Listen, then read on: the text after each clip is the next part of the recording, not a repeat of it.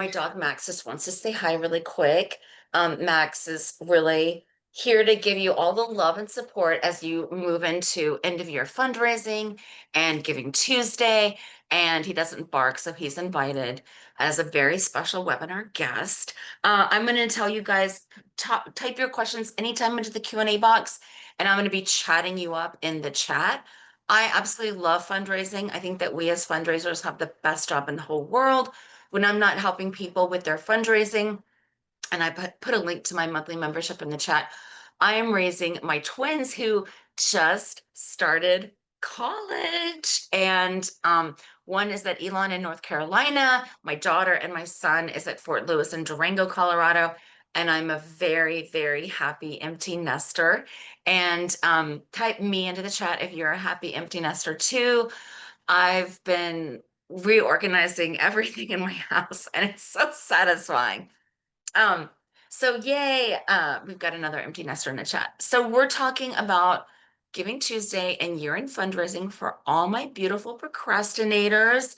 Type me into the chat if you self-identify as a procrastinator. You're not alone. I totally am guilty of the same phenomenon. Oh my goodness, someone's expecting their first baby. Well, that's thrilling. I wrote a really hilarious email yesterday about nesting. So congratulations. Oh, two babies. She's having twins too. Love it. Congratulations on having twins. I love all my procrastinators are in the house. You're in the right place. I'm going to kick things off by giving you the number one tip to warm up donors. So everyone's hopefully on time and people don't come in late, because this number one tip is something, if you walk away with anything from hanging out with me for an hour today, it is this number one tip to warm up your donors, because I want them to feel that dewy glow of being a donor and everything that they made happen before you zoom in with all of your Giving Tuesday and end of year fundraising ask. I've got some really great campaigns that I'm going to show you guys. Some people like to collect like silver spoons or ceramic frogs. I like to collect epic fundraising examples, and I've got some really great Giving Tuesday examples to share with you. I'm going to give you some ask scripts, and I'm also going to give you an appeal checklist. And I'm just going to pop that into the chat so that you have it and you can download it. It's got 21 questions that I want you to ask yourself about your end of year appeal. Newsflash, you can also use it for your Giving Tuesday appeal. You can also use it for any fundraising appeal, because an appeal is an appeal. And then I'm going to go through a Giving Tuesday campaign template with you, showing you all the most important parts. And of course, any questions that you have, pop them into the Q&A. And I will make sure I'm going to answer those at the end. So don't forget to put them there. I'm going to be chatting you up into the chat. So we're going to kick things off with getting to know you. Beautiful Ashley is going to be throwing up a poll for me, which is basically this question right here. How ready is your end of year appeal? So she's going to throw up that poll. And this way we have like actual numbers we can see. Haven't started a dang thing. I have ideas, but I don't have anything like really written. Or it is written, it is tested, it's at the printers, it's scheduled to go out, all my emails are ready to go. So you guys let us know Yes. where you're As at. these answers are flowing in, Rachel just thought it'd be fun to share because this webinar is for the procrastinators. Most folks haven't started a dang Okay. thing. Okay. Not surprised. You're in a good place. You are in a good place, my friends. So I'm going to ask you, she can throw up the results, and I'm going to ask you, just because I'm nosy and I'm curious, the total number of appeals, I'm talking email, I'm talking direct mail, that you send for Giving Tuesday and end of year. So the total number, like I send out 3 emails for Giving Tuesday, Rachel, I send out 6 emails for end of year, and I send out 1 direct mail piece. So do the math on that. Okay, so Sarah, I've got Oliviette and Sarah Salstrom said 1.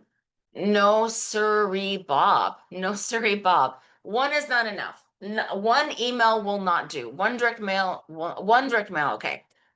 But if you are sending anyone who's sending less than five, I want you to amp it up. You know why? Because of this. This is the reason why. And we're going to do another poll in just a second. Here's why. Type in your average email open rate into the chat. Type in your average email open rate.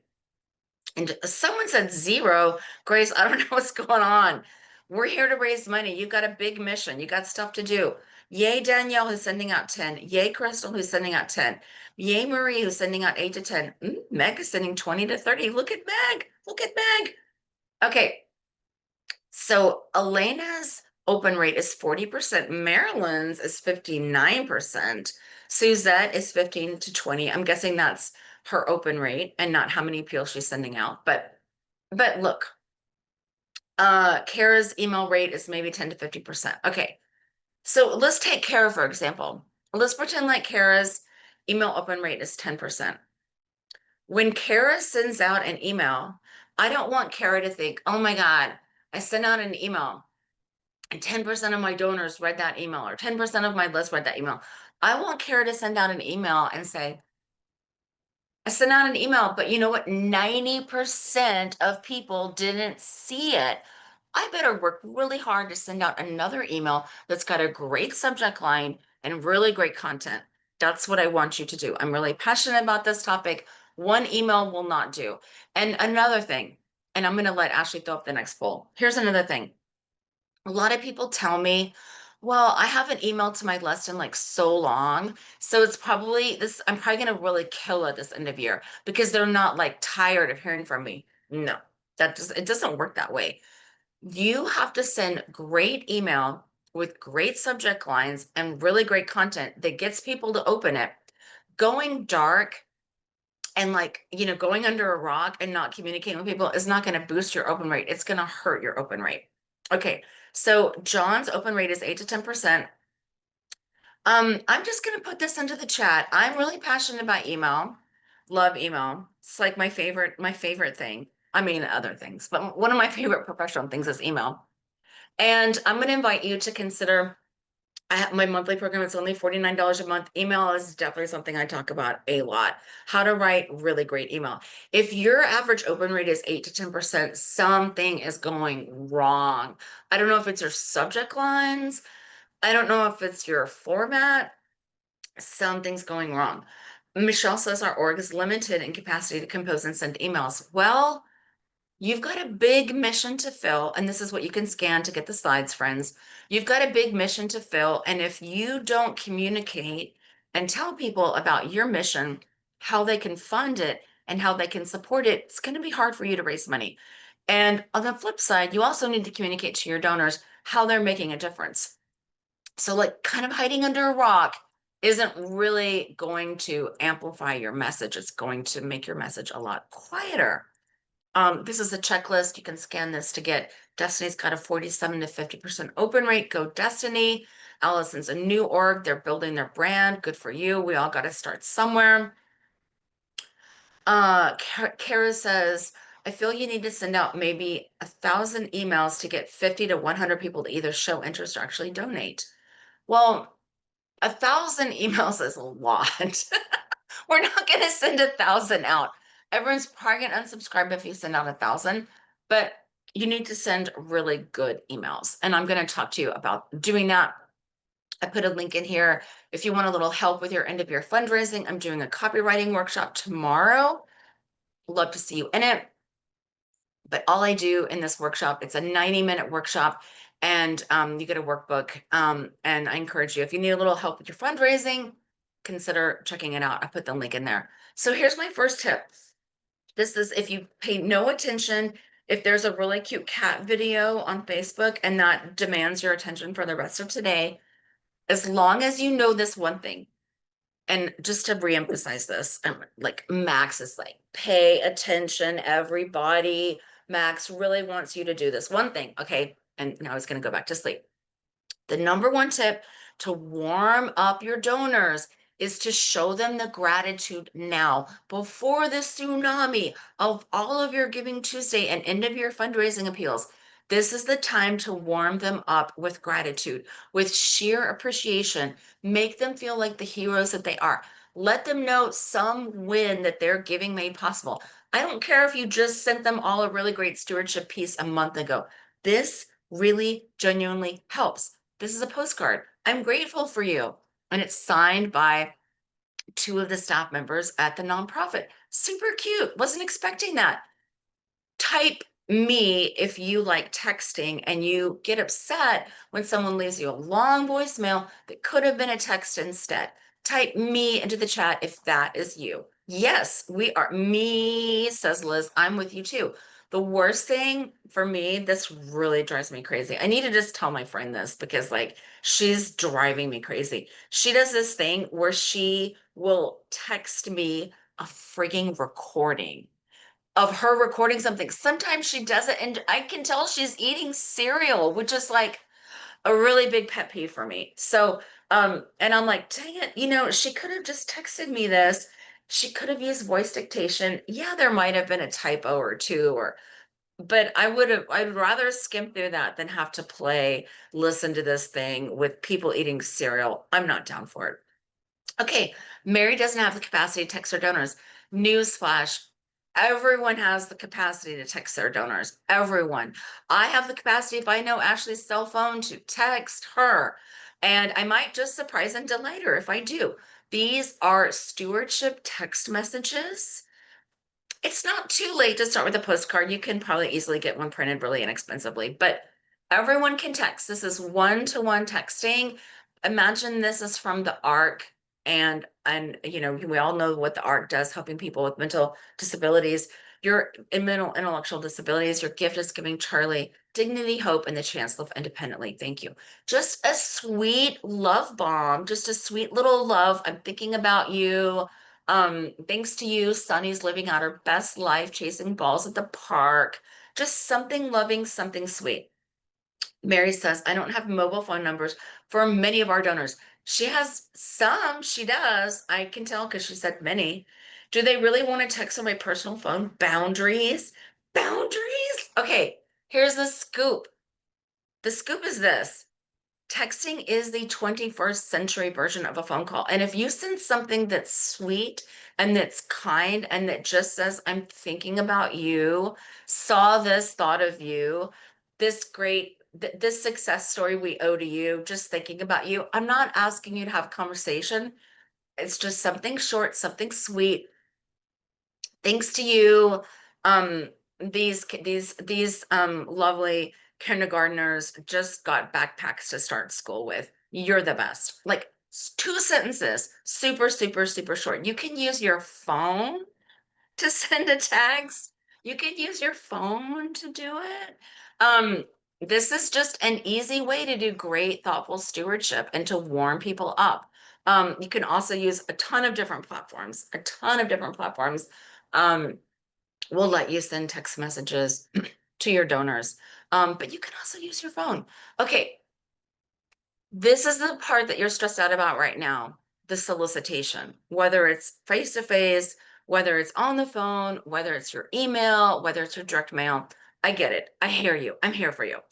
But the things that your donor cares about is the thanking and the reporting back. And if you haven't reported back to your donors and friends, when I say report back, I'm talking about not an annual report. I'm talking about Ashley makes a donation to my pug rescue, and I send Ashley a reporting back letter and email, and I just say, Ashley, thanks to your $100 gift this year, we were able to save this pug.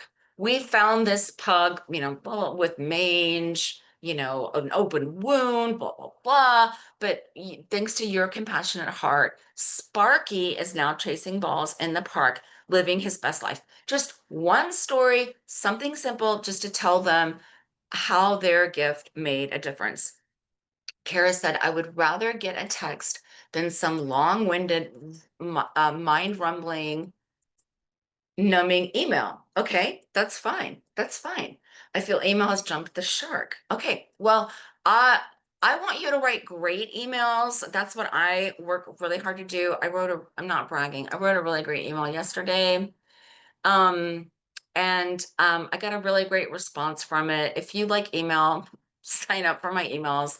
I guarantee you, you will be very entertained. I sent a hilarious one out on Monday that was like an SNL skit, and it was from real life.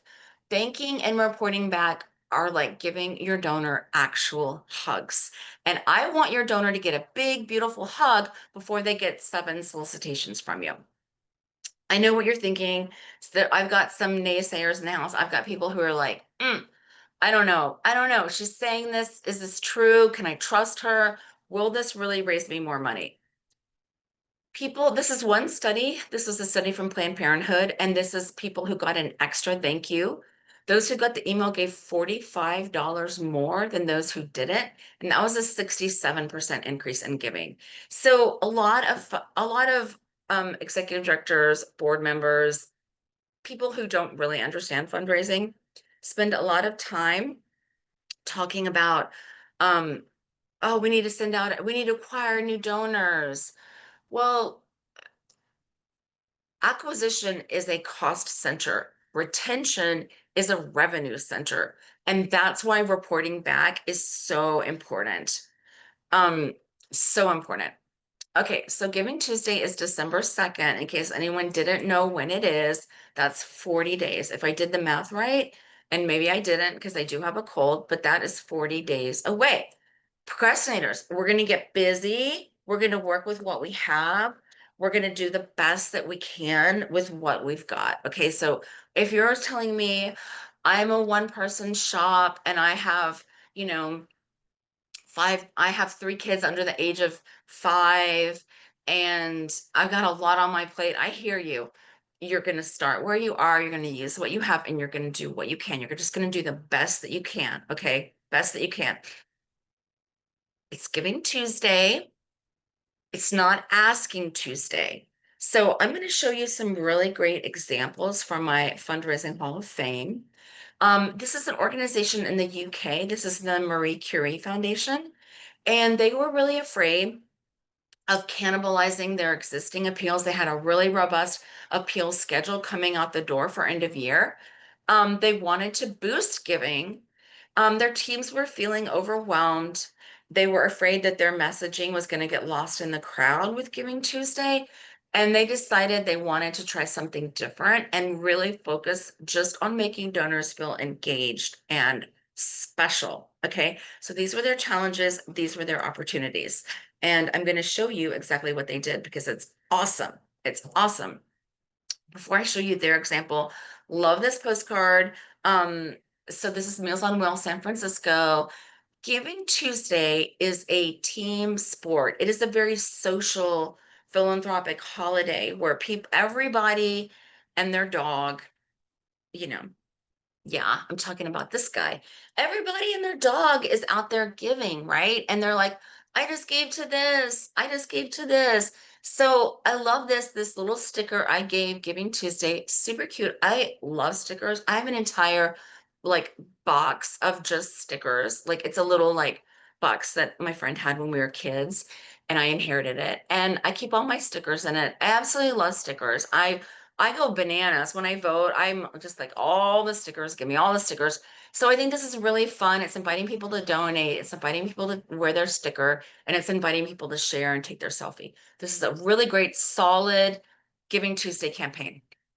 Now, I told you I was going to talk about Marie Curie's campaign, and they used Giving Tuesday to thank their donors. Type me if you've ever used Giving Tuesday to just thank your donors. They thank their shoppers. They thank their peer-to-peer fundraisers. So you could think of Mercury. Some of the fundraising elements that they do are similar to Salvation Army. They've got like a collection box. So they're thanking their volunteers, they're thanking their donors, they're thanking their peer-to-peer fundraisers, they're thanking the people that shopped in their thrift stores. They're thanking their collectors who were standing in front of stores collecting gifts. Raise for Rowan says we're doing this year. Okay, this is Kara says I thank and ask at the same time every time. I'm going to invite you to change it up and just one time, just thank. I want you to thank before you ask, but I'm going to invite you to change it up. Now, I'm going to also challenge Raise for Rowan here because Marie Curie went the extra mile with this. Okay. They reminded supporters of all the ways to give. They thanked the shoppers, they thanked the peer-to-peer, they thanked the collectors, they thanked the donors, they thanked the volunteers. They got a photo right here of the volunteers. They've got they're thanking everybody. Happy Giving Tuesday. They've got the staff out there thanking people. I mean, they really went all out. They didn't just thank the donors, they thanked the shoppers, they thanked the volunteers, they thanked um the collectors, they thanked the peer-to-peer fundraisers. They did all of it. But here's what's awesome, and I want Mary to take note of this and Raise for Rowan. Um, I don't think your board needs to be publicly celebrated. But that's me. Um, they didn't just thank these donors. They studied how this impacted their retention and their future gifts from those who were celebrated and a part of this to those who weren't. So they segmented the donors by type, like these are our peer-to-peer donors. These are our monthly donors. These are our major gift donors. These are our volunteers. They segmented out everybody. They did split testing. They looked at the retention and future gifts of these test groups and these control groups. Okay. And what they found out was really, really big. Those who were thanked gave 20 pounds more than those who were not thanked. So this is my challenge to you. If you decide to do more stewardship, if you decide to do a thankathon for Giving Tuesday, if you decide to just dedicate your Giving Tuesday to thanking, study it, study your results, because there are a lot of naysayers out there who are going to be like, nah, it doesn't work. Stewardship, it's just a nice to have. It doesn't work. Go out there and get me new donors, Ashley. But when you do the math and you show them how much more, that you prove to these naysayers, this is a revenue center. This is not a cost center. Banking isn't just good practice. They have evidence that it leads to more income. And they even translated it and said, look, 15 minutes of banking gives our clients in need an extra hour of nursing care. That was really, really impactful. So I'm going to put this because I'm not playing this video. Um, we've got like 30 minutes left together and I'm save some time for Q&A, but I'm putting this into the chat. And pretty please with sugar on top, put your questions in the Q&A box because I'm using the chat to chat you up. This is a really great campaign, the Golden Egg. And so this Camp Treetops is, they have like a summer camp, but during the school year, they kind of have like outdoor camps where kids can come and tour like the farm and meet the animals and just have a really good experience learning about outdoor education and the great outdoors. So their goal was to give to the school's annual fund. One of their chickens told them that she has a special golden egg, and inside that egg is a farm-related surprise for a Giving Tuesday donor. If 75 donors make a gift today, the golden egg will reveal the surprise. So I like this because this isn't a financial goal. This is a goal. They set out a goal to get 75 donors for Giving Tuesday. So I'm going to challenge you to think about that. This is the second like out of the box idea. Number one, you could use Giving Tuesday just to steward people and thank them. Number two, instead of having your goal be that we're going to raise $50,000 or $10,000, you could have your goal be that we're going to get a 500 donors or we're going to get 100 donors. So they set an ambitious but realistic goal. Whether your goal is financial or whether your goal is your number of donors, it needs to be realistic. And you need to have a plan for not meeting your goal, for meeting your goal with still time left in the campaign, and for exceeding your goal. You need to have all of your emails built out and you need to have your emails segmented. So once Ashley donates, she's taken off the merry-go-round. She's not going to get any more Giving Tuesday appeals. She's just going to get really great stewardship. So this is letting them know every donor who makes a gift, they're going to donate. This is the eggs from their farm to a food pantry. Okay, here's an update. Midday chicken. How cute is that? That's the subject line, halfway to our golden egg goal. So here's the most common type in. What two words do you think are the most common words that people use on Giving Tuesday in their email subject lines. Type into the chat. It's 2 words. Type into the chat and tell me what 2 words you think. Nope, it's not give now. Sarah won it. Go, Sarah. Giving Tuesday.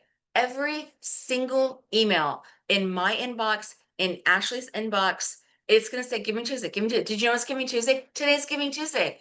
It's Giving Tuesday. Be the one person who doesn't have the word Giving Tuesday in their inbox. Okay. Be the one person. Just please be the one person. It's overused. My challenge to you is to try to not use Giving Tuesday at all in your subject line. Try to not use it at all. Because you know what, my friend? That alone is going to make you stand out better than everybody else. Because after like the third email, it's just like shouting. So I love this. I love how um I think this, if I remember correctly, this chicken, Margaret is this chicken. Margaret has on a crown. She's halfway to the goal. If you have a goal, this is genius because you're giving, this is a reason for you to keep following up and keep giving updates is because you have a goal. So have a goal and share updates. I love this. You are excellent. I love the chicken. I love the updates. It's adorable. I'm going to put this into the chat. You can get these beautiful slides because I know you want them and I don't blame you. So then they had this big reveal where surprise, surprise, he's also super holding a golden egg under Margaret there. But they're donating all these eggs. They hatch the golden egg, and the lucky donor gets to name a lamb this spring. So this is a totally appropriate mission related win for this organization to use. It's totally appropriate. It makes complete sense. I'm going to give you some phone scripts to use to solicit last minute gifts. This is an ask call. Hey, I'm Betty. I'm a board member of Save the Unicorns. Do you have time for a quick question? Oh, okay, Betty, what's up? Now say that part real slowly. I'm Ashley from Save the Unicorns. First off, I want to give you a huge thank for your gift of $100. Thanks to you, we were able to totally save the local herd here in, Boise. And now the impact of this is that these beautiful, revered animals are out there. They're healthy, they're thriving. We're soon they won't be extinct anymore. We owe all of this to you. We're so grateful to have your support. It's awesome that you're doing this. This is affirmation of the donor. What we're doing today is a phone campaign so that we can tackle this next important project. We're raising money to send 5 kids to summer camp, to, get 5 kids to college, to, vaccinate, you know, an entire school in a developing country, blah, blah, blah. We're asking people to increase their gift, and then we'll be able to do this. We're asking you to double your gift of $100, and then we'll be able to reach twice as many people. Most people are giving in the range of this to this. How much would you like to give? It's no accident that I have this. Most people are giving in the range of blank to blank. Because we as humans, this is called social proofing, my fundraising friends. And we as humans want to know, what are the other humans doing? What's Ashley doing? If Ashley's also doing $100 to $500, then I'm more likely to do the same because we're pack animals. And this is not only social proofing, it's anchoring an expectation.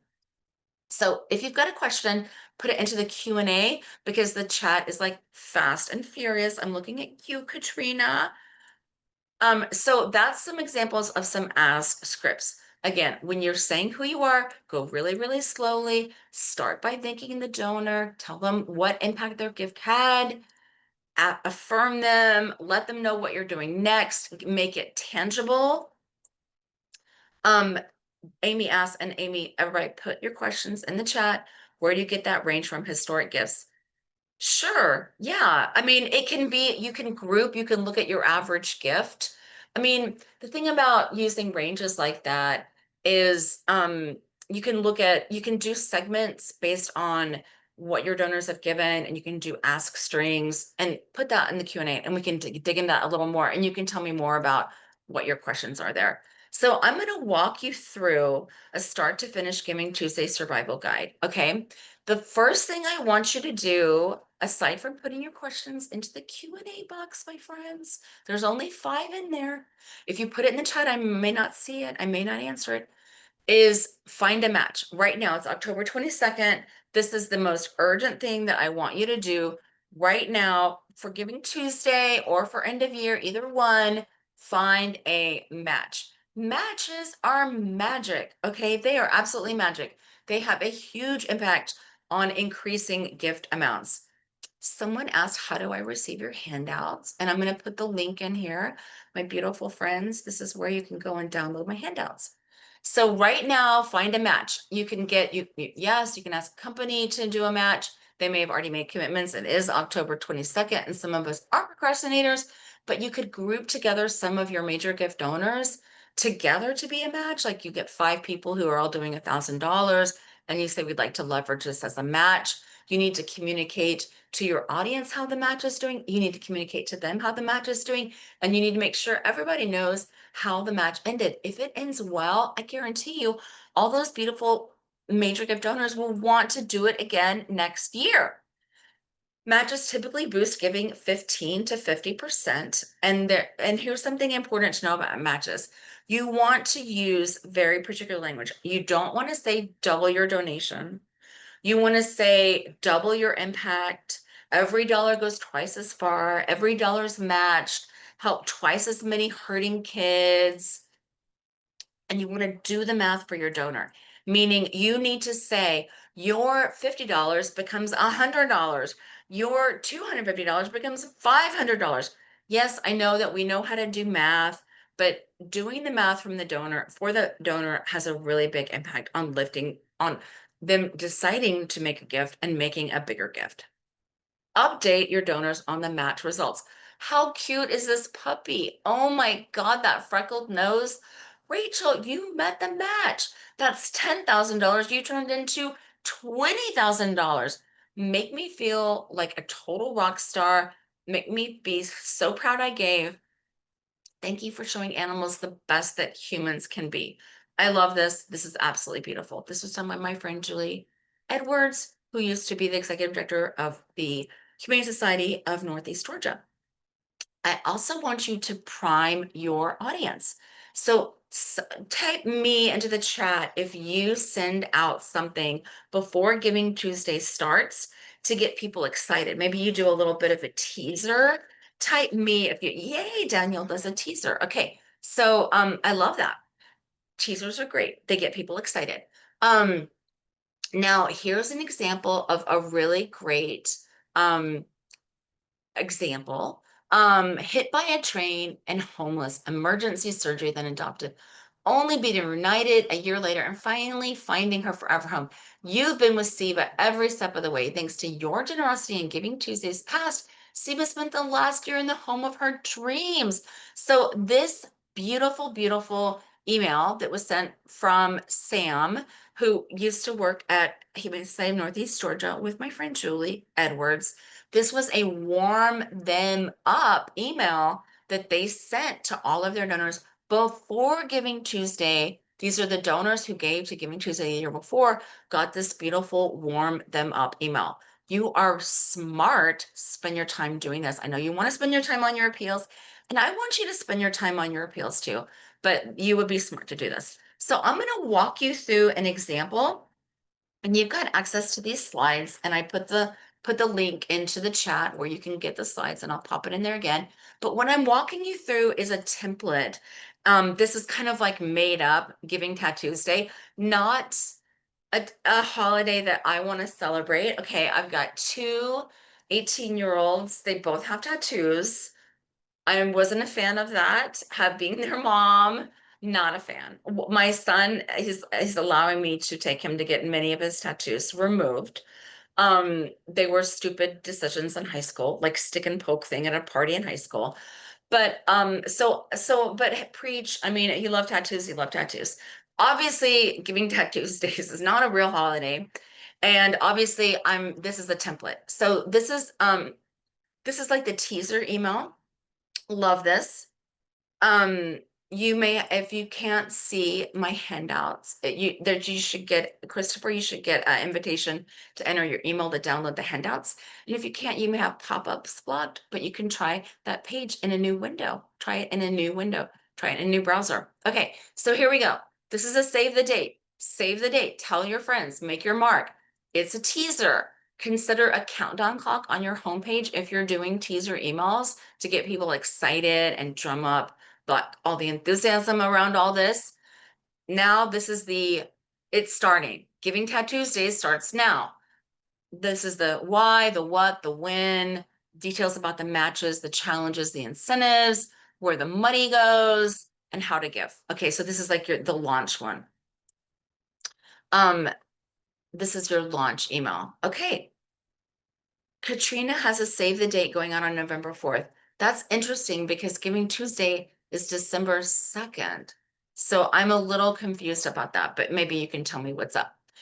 This is an update email. We're halfway there. Help us with the needle. When you tell your donors a goal, they want to know how close you are to reaching it. And you give them an excuse to send them updates. You give them an excuse. So this is the win of that. If you have a goal, you need to communicate and you communicate it, give them updates. It's an excuse. Don't just say you have your goal and then don't send anything. So these are some things that you can do in your update emails. Progress to date, a new match. I would encourage you to have like multiple matches, like, oh my God, we just got a new match. Other ways to get involved, an urgent call to action and extension if there's one that you add. The teaser email should go out the day before Giving Tuesday. The day before Giving Tuesday. Amy, please put your questions into the Q&A. The next email can be a client or a student or a donor testimonial. But if you have a goal and you share your goal, you've got a great excuse to have like update emails on your progress to date. Sorry to needle you again, but OMG, look who just topped the leaderboard. Giving Tuesday is very different than end of year fundraising because it's this team sport and it's a little bit competitive. And if I want to, be hogging the leaderboard, I'm going to hog the leaderboard and I want to be out there. So again, this is a great excuse to email everybody again and to nudge those well-intended procrastinators who we self-identified that we ourselves are well-intended procrastinators. Maybe you've got some matching funds that are about to expire. Maybe you want to do a rally, a last minute rally on your leaderboard. Some good ideas there. Don't forget the aftercare. So I started this workshop talking about how important it is. And the first thing I want you to do is what? What do I want you to do to warm up your donors? I want a brilliant soul to type it into the chat so that I know you were listening to me.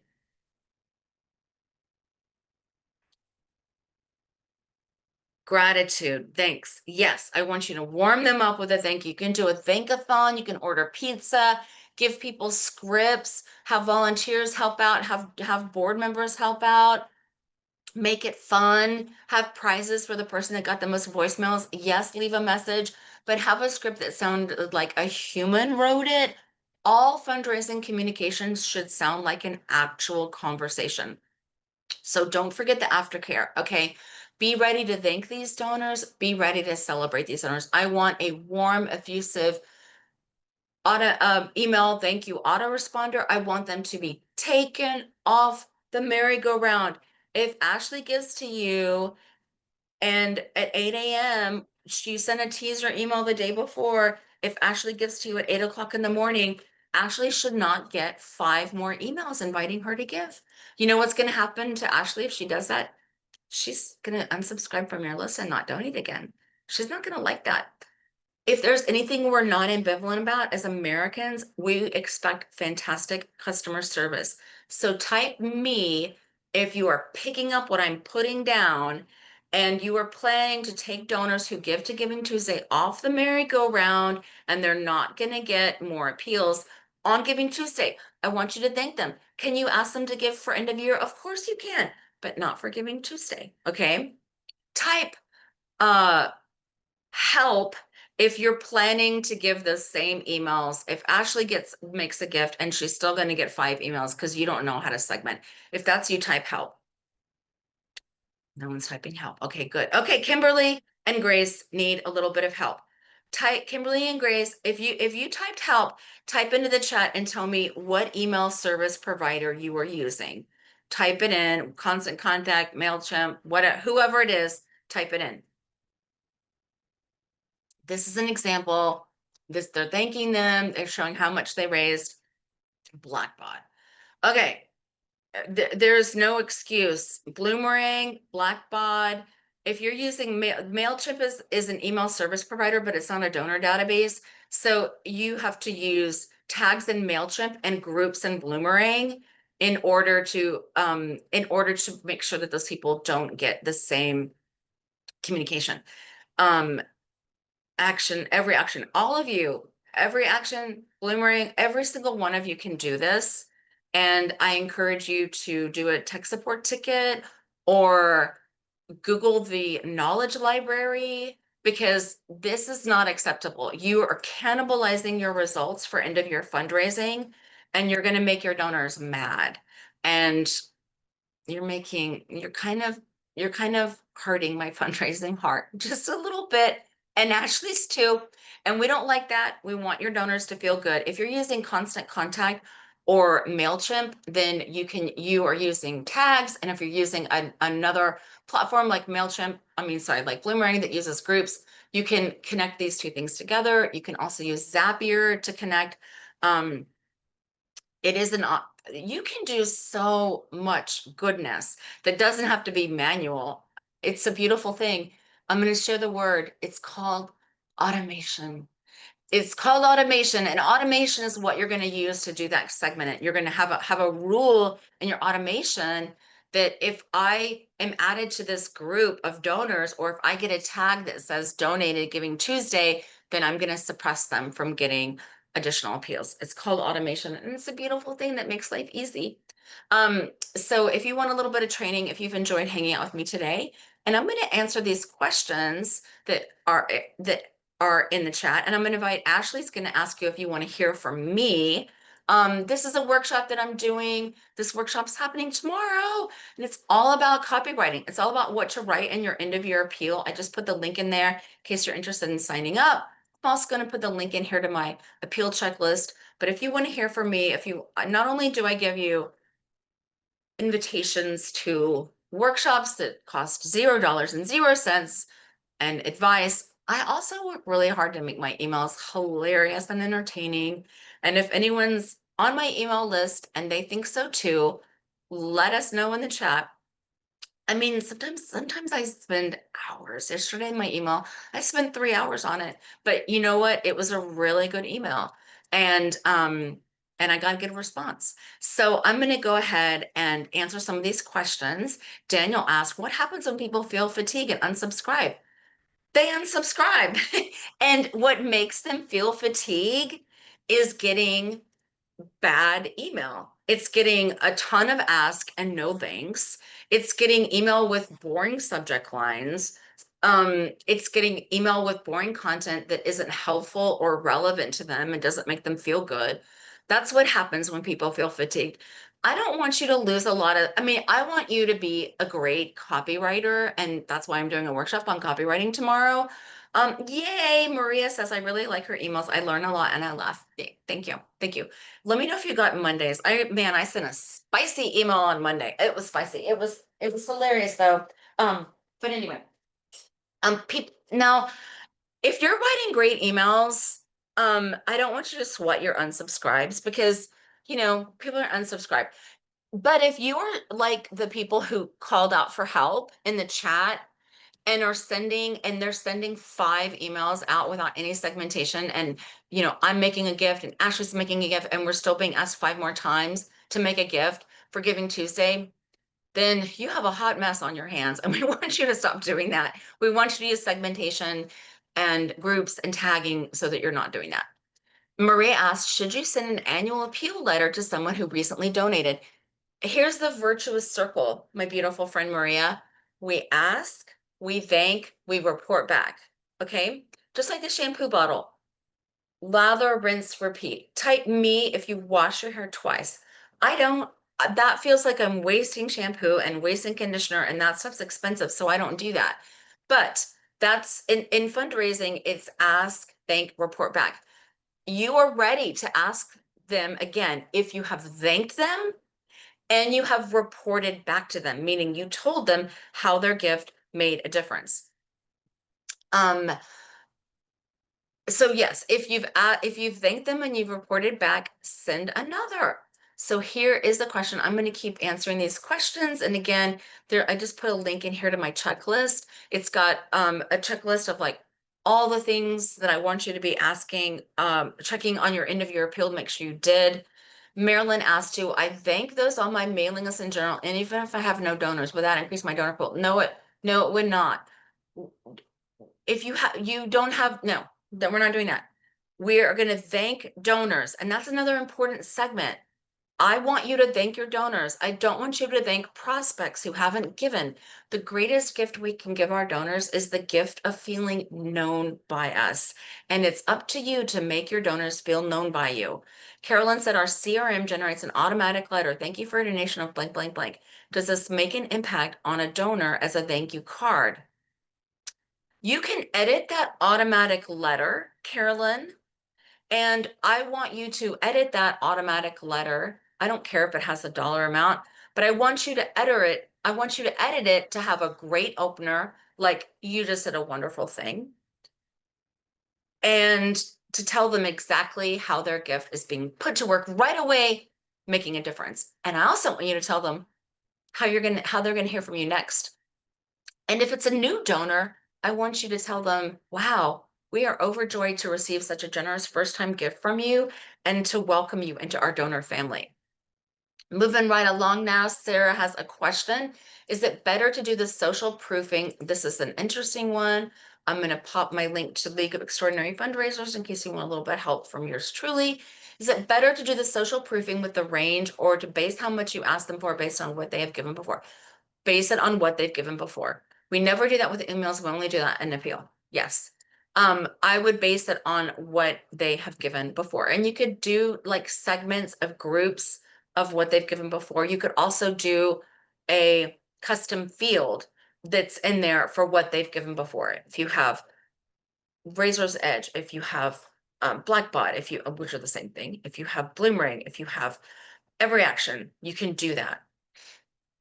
Katrina says, and if that all sounds like Greek to you, I encourage you tap into their library and tap into segments and tap into custom ask strings. This is huge. Again, I've said it once, I'm going to say it one more time. Broken record Rachel over here. The greatest gift you can give your donor is the gift of feeling known by you. And when you send Ashley 5 emails after she's already given, you are not telling her that you know her. You're telling her that she's just a number and you just want some money. Katrina asked, do gimmicks like tour giveaways or small gifts work, or would that be too cheesy? Example, give $150, get 2 tickets for a tour. So when you talk about gimmicks, you're kind of moving into transactional fundraising. If you have something, so like here, the gimmick in that Giving Tuesday appeal that the camp did was that someone's going to get to name the lamb that's born in the spring. That's a pretty cool mission related gimmick. It doesn't cost any money, and someone might really try to give in order to get to name that animal. So when you use gimmicks, you are moving something that is relational to something that is transactional. And there's a lot of studies on gimmicks, and it's also, I would say like do something fun, especially for Giving Tuesday. Type me into the chat. Okay, then Sarah, use a different browser. You probably have like pop-ups blocked. So use a different browser. If anyone can't open the checklist, use a different browser. Put that link in a different browser. If this ever happens to you at any time in your life with any website, just put it in a different browser. Guarantee it'll work. Um, so yeah, that's my soapbox on gimmicks.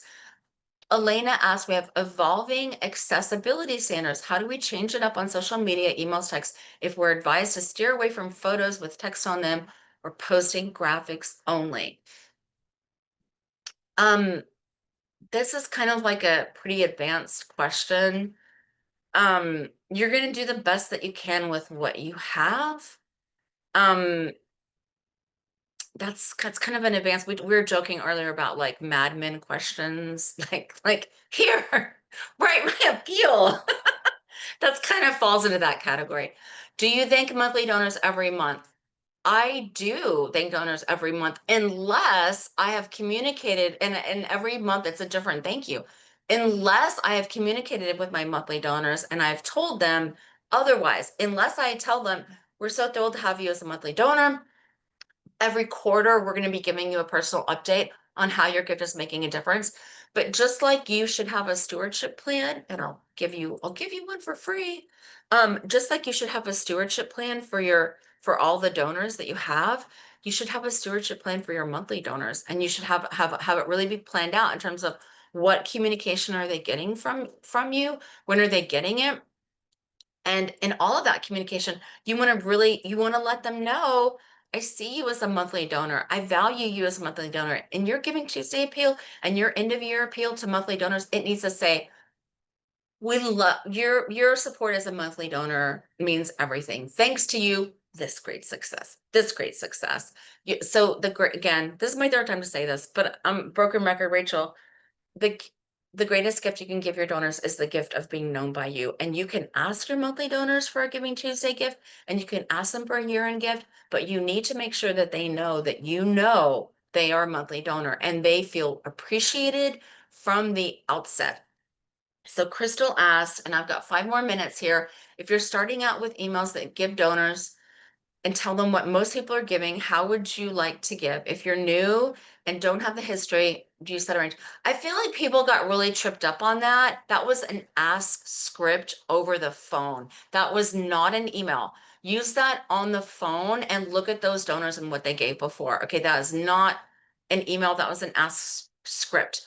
Alexandra said, if the match is not actually contingent, do we need to change the language we use? I.e., a group of donors have pooled. No, no, no, just don't overcomplicate it. Don't overcomplicate it. Yeah, we've got a match. This means your $50 is going to become $100. You don't have to, we know how the we know how the sausage gets made, and we don't need to overcomplicate it. Um, Destiny said, I love the idea of, I put it in the chat so you can download it, Stephanie. I love the idea of donors being able to have gift match if they donate a specific amount. I know it's probably a bit late for this, but when would you prime and reach out to a corporate? Yesterday. Yesterday is the best time that I would have reached out to a corporate sponsor. But if you can't get a corporate sponsor to do a match, you can get individuals, and you could pool individuals together. Paige said we do an annual appeal on Giving Tuesday every year. We're planning to do an annual appeal right before Thanksgiving and Giving Tuesday on December 2nd. 4 exclamation marks. Do you recommend doing annual appeal before or after Giving Tuesday? Historically, our Giving Tuesdays hasn't been very successful. I would do your annual appeal after Giving Tuesday. Type me, and I should have done a poll on this. Actually, I'm assuming everyone does well, if you do Giving Tuesday, I'm assuming people do Giving Tuesday, and then they do their end of year appeal afterwards. And for many people, Giving Tuesday kind of kicks off the end of year appeal. If anyone starts their end of year appeal before Giving Tuesday, type me. Okay, oops, interesting. That is interesting. Okay. Um, I feel like that may explain for my friend. Oh, and I didn't pronounce your name right. I read it as Paige, so forgive me for reading it as Paige. Um, but yeah, I would do your Giving Tuesday and then your annual appeal. Carolyn asked, would you advise changing the image on different emails about Giving Tuesday or updating the wording and leaving? Honestly, people probably don't even care about your image. All of your images for Giving Tuesday, if you're doing direct mail and email, they need to kind of be consistent and have a thing that goes together. But a lot of people like use, and I used to have an image of Rachel Muir in my email wrapper. I don't use that anymore. I just use copy. And I found that um, my response rate and my open rate and my readership rate went through dramatically improved from doing that. People may not even be seeing it. Just because someone clicks on the donation button in an email doesn't mean that they donated. So what is the best way to automatically send out a thank you once someone donates using Constant Contact? Have an email thank you autoresponder that's set to go out every time they make a gift. How many emails do you send out on the actual date? It depends, just like the adult undergarments. For Giving Tuesday, you're going to do your teaser email, and I would say a minimum of 3 emails, assuming you do segmentation and take me off the merry-go-round. But you could do more if you've got a match, if you've got like celebrities involved, if you've got some kind of challenge, if you've got updates, you could do 5 to 7. End of year fundraising, you could easily be doing anywhere from 5 to 15 different emails. I mean, you got pretty much the whole month of December. 3 of those need to be on the last day of the year. But I want you guys to be writing really great email. And if you're not sure if you are, if you want a little help with that, check out my program because I'd love to help you and it's very inexpensive. Um, one is a teaser email, Elvis. One is a teaser emails. I said like 3 for Giving Tuesday, the first one being the teaser, 3 the next day. But yeah, you could do 5 to 7 if you've got lots of different updates.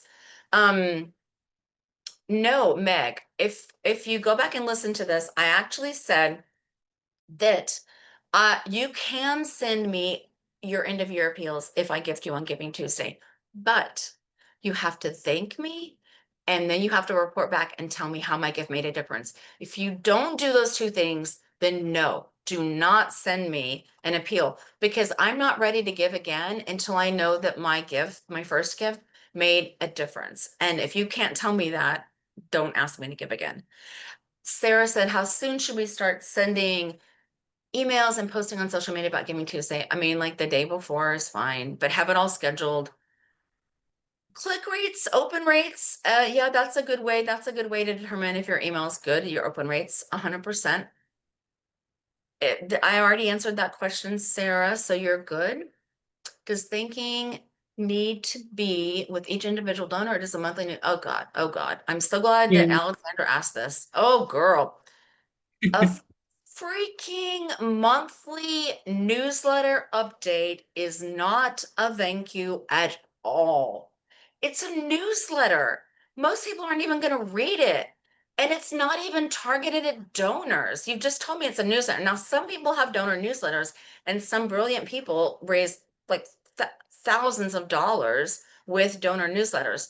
But sending me your newsletter, an email newsletter is not a thank you at all. Nowhere near a thank you. Uh, Oh, Rachel. Amy, yeah, Oh, thank you. I know that we're at time here. I know we've got so many questions.